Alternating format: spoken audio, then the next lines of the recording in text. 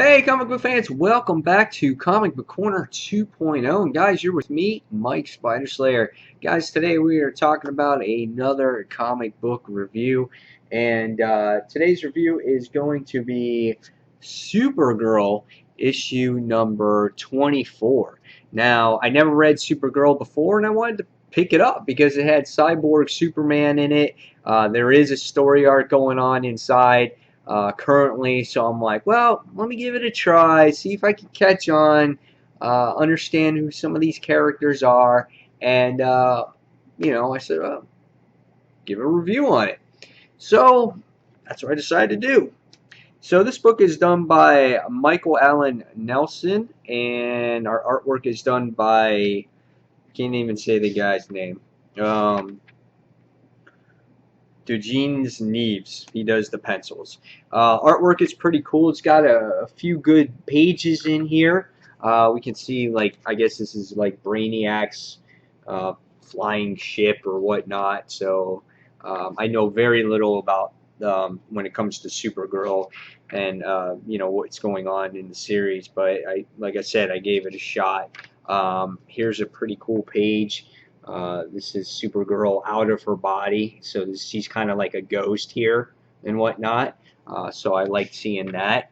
And then there's some. Here's another page, same thing, and she's trying to go after Cyborg Superman there. And so the artwork in the book was actually nice to look at as well. I like the expressions on her face. You can tell that she's young, well drawn, nice colors, vibrant colors, great looking paneling in the book. So what did I think of the story? Well, the story was kind of hard to understand because I don't know everything that's going on. But from what I know, it looks like that Zor-El wound up is Cyborg Superman, and that's Kara's father. And somehow he wound up breaking out of the Cyborg Superman armor or cyborg parts or whatever, and wound up becoming human again.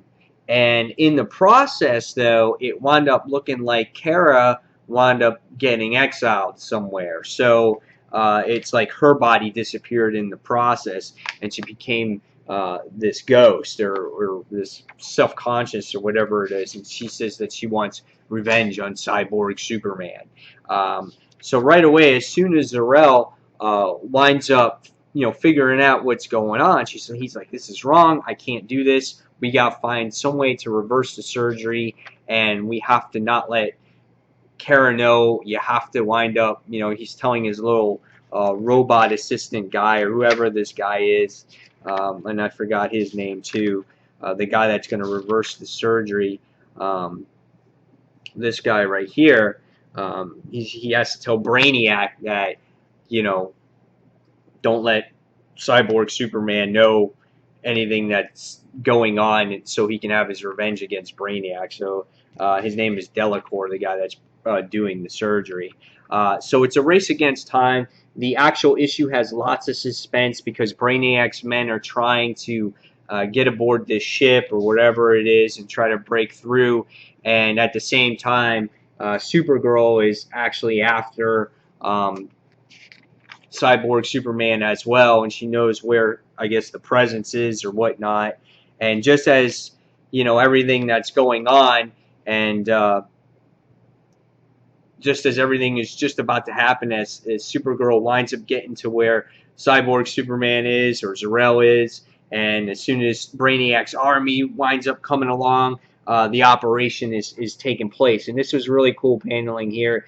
You can see it's all suspenseful and it's high action where the surgery takes place. It takes apart his eyeball, takes place his brain, and he winds up becoming Cyborg Superman again, where he says, "I am perfection." And right away, Cyborg Superman is after Brainiac. And she winds up getting her body back, and she feels great because I guess she was subject to kryptonite poisoning before. Her body got taken over. And then somehow she winds up coming across this crazy ass looking thing, which I'm not sure what that is. And then it starts in in 2 weeks for Krypton Returns. So yeah, I mean, it was pretty interesting. Even though I didn't know everything that was going on, I don't know all the terminology, all the planets, and things like that. It was a book that had full of action, lots of suspense, especially towards the end of the book, where Zor-El was changing back into Cyborg Superman to see if they were going to do it in time. And it looks like he's going to have a vendetta now against Brainiac, and Brainiac is the one that created him in the first place. So interesting stuff. I mean, I enjoyed it. For what it's worth, is this a good jumping on point now for readers? No, it's not. But I'm going to try reading the next issues and see where it goes. I might try this Krypton Returns miniseries, see how I like it. But it was fun, and it wasn't disappointing. It was an interesting story. I kind of wish I started a few issues back when this story arc started.